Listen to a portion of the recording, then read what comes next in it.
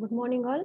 I'm Indumathi, working as an assistant professor in the Department of Biomedical Engineering, School of Bioengineering, Bharat Institute of Higher Education and Research. Today, we are going to discuss about the sequential circuits. So, we know that there are many applications in which digital outputs are required to be generated in accordance with the sequence in which the input signals are received. This requirement cannot be satisfied in the type of combination circuits. That's why we are going to the sequential circuits. This applications requires output to be generated that are not only depend on the present input, but it also depends upon the past history of the inputs. The past history is provided by the feedback from the output back to the input. In the sequential circuits, the input information stored in the memory elements at any given time defines the present state of the sequential circuit, that is present state of the system. The present state and the external inputs, okay, the present state and the external inputs determine the output and next state of the sequential circuits, that is next state of the system. So we can specify the sequential circuits by a time sequence of external inputs, internal states, and then output by using this three variable. So the sequential circuit is a combination circuit. It consists of the input variable X, logic gates, and output variables. And the combination circuit produces an output based on input variable only, but sequential circuit produces an output based on current input and then previous input variable. So this is the block diagram of the combination circuits. So in this combination circuits, you can see that input X is there, output is there. So Z is equal to f of X. Output is the function of X. And here it is the block diagram of the sequential circuit. So in this, the sequential circuit having the memory elements. So this memory elements are capable of storing the binary information. So that binary information defines the state of the sequential circuit at the time only. Okay, at the present time, what is the state of the sequential circuit? And a latch is capable of storing one bit of information. So for the sequential circuit, we are having the combination circuit, and also with that we have added memory element in a feedback path. And input, external inputs we are giving, and then external outputs we are getting. And here we are having the two states, next state and then current state. Next state is given by external output that is connected to the memory element, and current state implies the internal memory element output, that is internal output. It is called as the internal output, and this internal output is connected with the combination circuit. And here we are having the two types of input to the combination circuit. That is first one is external inputs, and this external inputs which not controlled by the circuit. And second thing is internal inputs. This internal inputs which are a function of a previous output states. And secondary, the inputs are state variables that is produced by the storage elements. So whereas the secondary outputs are the excitation for the storage elements. And we are having the two types of sequential circuit. What is that? Asynchronous sequential circuit and then synchronous sequential circuits. First, we are going to discuss about the what is meant by asynchronous sequential circuit. So this type of asynchronous circuit do not use a clock pulse, but uses the pulses of the inputs. Okay, in asynchronous circuit, this type of circuit it not using the clock signal, but this will uses the pulse of the inputs faster than the synchronous sequential circuit, because here there is clock pulse and change their state immediately when there is a change in the input signal. Asynchronous sequential circuits are used when speed of operation is important and independent of the internal clock pulse. So this is the block diagram of the asynchronous sequential circuits. Input level is there. This input is given into the sequential circuit and it produces the output pulses levels. So next thing is synchronous sequential circuit. So this type of circuit uses the clock signal and level input. Okay, the synchronous sequential circuit uses the clock signal, and asynchronous sequential circuits not using the clock signal. So this circuit uses the clock signal and the level inputs. The output pulse is the same duration as the clock pulse for the clocked sequential circuits. Since They wait for the next clock pulse to reach to perform the next operation. So that these circuits are bit slower when you are comparing with the asynchronous circuit. Okay, so in the synchronous circuit we are using the clock pulse. So the circuit should have wait for the next clock pulse to arrive to perform the next task. So it shows the somewhat lower operation when you are comparing with the asynchronous circuit. And here the level output changes state at the state of an or input pulse and remains in that until the next input or clock pulse. Okay, so this one is the synchronous sequential block diagram. So here input is there, output is there, and clock pulse is given into the sequential circuit. Okay, so the sequential circuits can be classified on the timing of their signal. That is synchronous sequential circuit and then asynchronous sequential circuit. Already I told you that.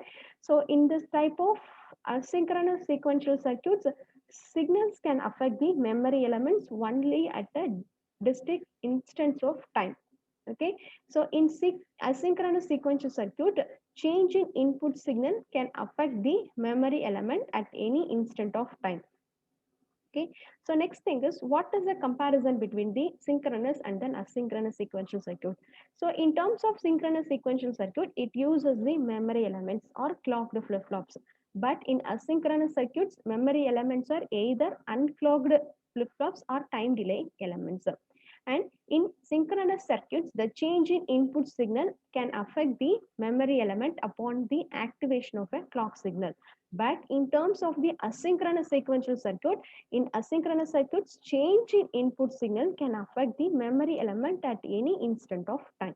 Okay, and next thing is in synchronous sequential circuit, the maximum operating speed of clocks depends on the time delay involved, because in asynchronous sequential circuits, because of the absence of clock, here there is no clock pulse we are using, so the absence of clock, asynchronous circuits can operate faster than the synchronous circuit. And in terms of designing, synchronous sequential circuit is easy to design, but asynchronous sequential circuit is more difficult to design. Okay, so next one is shift registers. So before going to the shift register, first you should know about what is meant by registers. So in this register, so we already know that flip-flop is nothing but binary cell. So this flip-flop is capable of storing one bit of information. Either we can store as a 1 or we can store as a 0. And it can be connected. So this flip-flops can be connected to perform counting operations. Okay.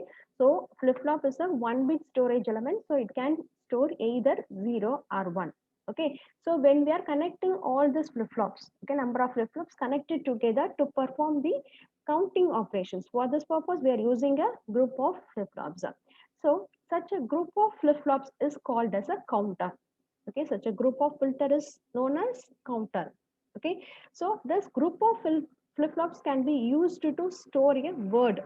Okay, group of word we can store it. So which is called as a register. Okay, so the flip-flop group of flip-flops connected together is called as the registers. Okay, so a register is a group of flip-flops. So a flip-flop can store the 1-bit information. So an n-bit register, okay, n-bit register can group has a group of n flip-flops. Okay, and it is capable of storing the 1-bit information or number that containing the n-bit n flip-flops. Okay, so in this, the information stored within these registers can be transferred with the help of the shift registers. Okay, so in register we have stored the information. So this information can be shift or can be transferred from one place to another with the help of the shift register. Okay, from one flip-flop to another flip-flop, either it is the left side or right side or clockwise or anti-clockwise, anything. Okay, so we can do it by using the shift registers. And shift register is a group of flip-flops used to store the multiple bits of data. I told you that. So this bits stored in such registers can be made to move within the registers or in and out of the registers by applying the clock pulses. Okay, and n-bit register can be formed by connecting an n flip-flops. Okay, so in each flip-flop stores a single bit of data. So the register which will shift the bits to the left are called the shift left registers. Okay, the registers will shift the bits to the left are called the shift left registers. And similarly, the register which will shift the bits to the right are called as the shift right registers. Okay, I told you about shift left registers and then shift right registers. And shift registers are basically of four types. So what are that four types? First one is the serial in, serial out shift register. Simply we can denote this as a SISO. Okay, SISO, serial in, serial out shift registers. And second type is serial in, parallel out shift registers. Serial in, parallel out shift registers. Third one is parallel in, serial out, PISO, parallel in, serial out shift registers. And fourth one is parallel in, parallel out shift registers, PIPO. Okay, so four types: SISO, SIPO, PISO, PIPO. So first we are going to see about the serial in, serial out shift registers. So by the name itself, we can say that the input we are going to give as in an order of serial, and output we are going to take as in order of serial way. Okay, so in this SISO shift register, which allows serial input. Okay, so that is serial input. Na? One bit we are sending, so at next other throw a single data line. Okay, and it produces a serial output. This is known as the serial in, serial out shift registers. Since there is only one output here, that is in SISO, the data leaves the shift register one bit at a time. Okay, the data leaves the shift register only one bit at a time in a serial pattern, so that we can name this as a serial in, serial out shift registers. Okay, and the logic circuit here we have shown below here shows the serial in and serial out shift registers. The circuit consists of the 4D flip-flops. Okay, so this 4D flip-flops are connected in a serial manner. Okay, all these flip-flops are asynchronous with each other, since the same clock signal is applied to the each flip-flop. You can see in that block diagram only one clock pulse. The same clock pulse is applied to the all four flip-flops. Okay, so totally we have used the four flip-flops. So four flip-flops, by using this four flip-flops, we are going to shift the data 1010. It is the input data. Okay, so this 1010 we are going to give in a serial way. One bit first we are giving, and then serially next bit. Similarly, we are taking the output in the same order what we have given as the input, and clock pulse we are providing. So this SISO taking the serial data input from the left side of the flip-flop. Okay, so left side of the flip-flop. So the main use of the serial in, serial out is to act as a delay element. Okay, so each and every shift registers having the some application. This SISO is to act as a delay element. Next type is serial in, parallel out shift register. So the block diagram is given serial in and parallel out shift register. So in this type of register, shift registers, we are providing input in a serial. Okay, one bit and then next bit in single data line. But output we have taken as a parallel way. Okay, for this we have used the n-bit parallel line. Okay, so the shift register which allows serial input, that is one bit after the other through the single data line. Okay, and it produces the parallel output is known as the serial in, parallel out shift registers. The logic circuit given is shows the serial in, parallel out shift register. So here also the circuit consists of the 4D flip-flops. Okay, so this 4D flip-flops are connected. So input we are giving in a serial way, and we are taking the output as in a parallel way. So each output, that is each flip-flop output we have taken as a parallel way. Okay, and clock pulses we are providing, and additionally we are providing the clear pulses. Okay, and I told you that in this block diagram we have provided the clear signal. The clear signal is connected in addition to the clock signal to all the four flip-flops in order to reset the circuit. Okay, for the reset purposes, we are providing the clock signal. Okay, the output of the first flip-flop is connected to the input of the next flip-flop and so on. Okay, all these flip-flops are synchronous with each other since the same clock signal is applied to each flip-flop. Okay, so this circuit taking the serial data input from the left side. Okay, always it takes from the left side. So left side of the flip-flop and producing the parallel output. So this type of flip-flops, that is registers used in communication lines. Okay, communication lines, we are using this one. Okay, so where demultiplexing of data into several parallel lines is required because the main use of the SIPO register is to convert the serial data into the parallel data. Okay, and third type is parallel in serial out. Okay, parallel in serial out means parallelly you are simultaneously you are giving a input and you are getting the output in a way of serial.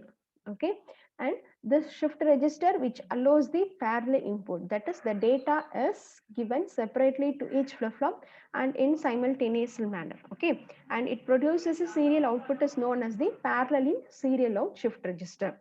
And here we have given a block diagram. You can see that clock signal we are providing 4 flip-flops we are using, and parallelly we are giving the input but only one output line, that is serial output. Okay, so the circuit consists of the 4 D flip-flops that are connected together. The clock input is directly connected to all the flip-flops. Okay, but the input data is connected individually to the each flip-flops through the multiplexer at the every flip-flop. Okay, the output of the previous flip-flop and parallel data inputs are connected to the input of the multiplexer, and the output of the multiplexer is connected to the next flip-flop. Okay, so all these flip-flops are synchronous with each other because of the same clock pulses applied to all the flip-flops. Okay, so this PISO, that is parallel in serial outshift registers, as used to convert the parallel data to the serial data. And fourth type is parallel in parallel out shift register, that is called as a PIPO. Okay, parallel in parallel out shift register. So this shift register which allows the parallel input. Okay, parallel input, the sense by data is given separately to the each flip flop and it simultaneously manner. Okay, and this produces a parallel output is known as parallel in parallel out shift register. So you can see in this block diagram itself, we are providing the parallel input, simultaneously we are taking the output from each and every flip-flop.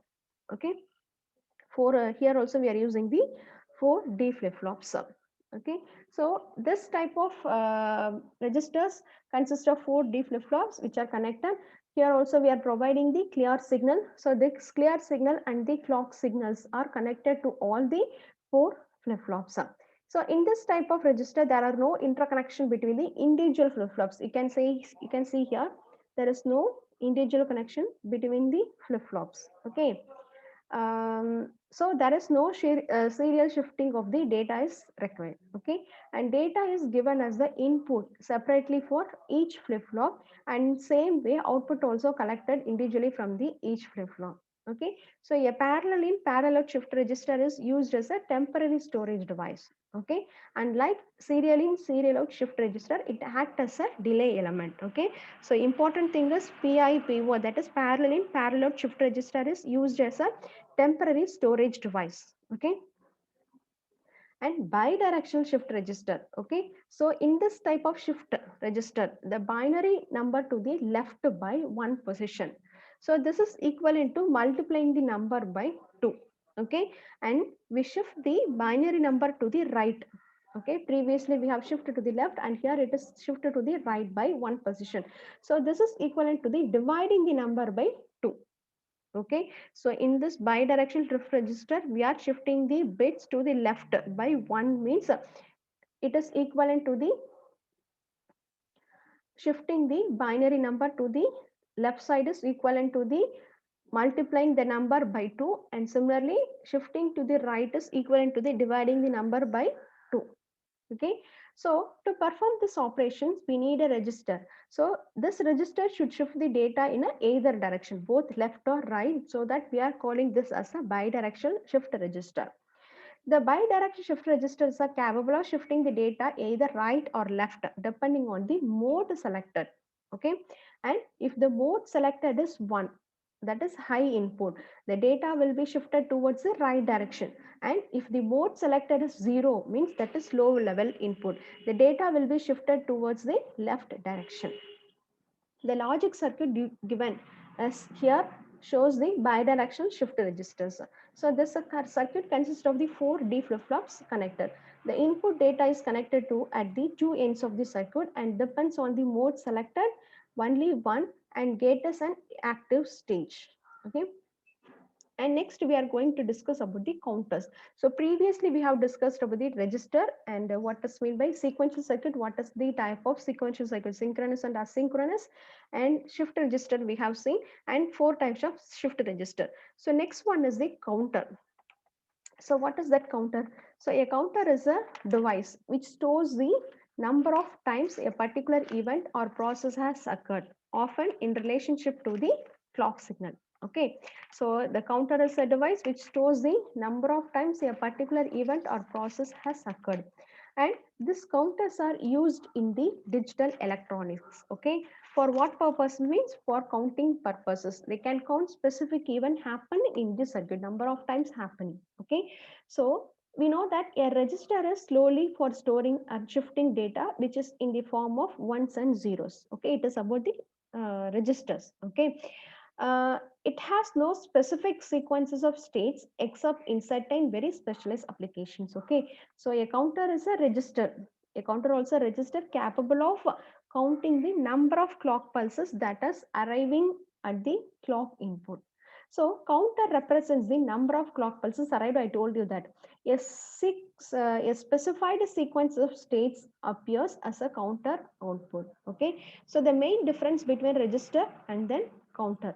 Okay, it is the main difference between the register and then counter. Okay, counter represents the number of clock pulses arrived, and specified sequences states appears as a output. Okay, and here we are having the for example we can say that in up counter up counter, a counter increases count for every rising edge of the clock pulses. Okay, not only counting, a counter can follow the certain sequence based on our design. Okay, like any random sequence 0 1 3 2, they can also be designed with the help of flip-flops. Counters are broadly classified into the two types. First one is asynchronous, next one is the synchronous counter. Okay, so in terms of asynchronous counter, so here the clock signal is connected to the clock input of only the first stage. Okay, we can see in this block diagram only for the first flip-flop we are connecting as a clock signal. Okay, so the clock input of the second stage, okay, the clock input of the second stage flip-flop is triggered by the previous clock pulse. Okay, here previous clock pulse is ck, that is q naught. Okay, q naught as output as the first stage. Because of the inherent propagation delay time through the flip-flops, a transition of the input clock pulse, okay, the transition of the input clock pulse and the transition of the q naught, okay, q naught clock pulse output of the first stage can never occur at exactly the same time. So two flip-flops are simultaneously triggered with results in asynchronous counter operation. Okay, and here q naught is changing as soon as rising the edge of the clock pulse is encountered, and q1 is changing when rising edge of the q naught is encountered, because q naught is a like clock pulse for second flip-flop and so on. Okay, so in this way the ripples are generated through the q naught to q3, so that it is called as a ripple counter also. Okay, asynchronous counter, otherwise called as a ripple counter. And next type is synchronous counter. Unlike the unlike the asynchronous counter, synchronous counter has one global clock. Okay, one common clock pulse. That's why we have mentioned here as a global clock, which drives each flip-flop, and so output changes in parallel way.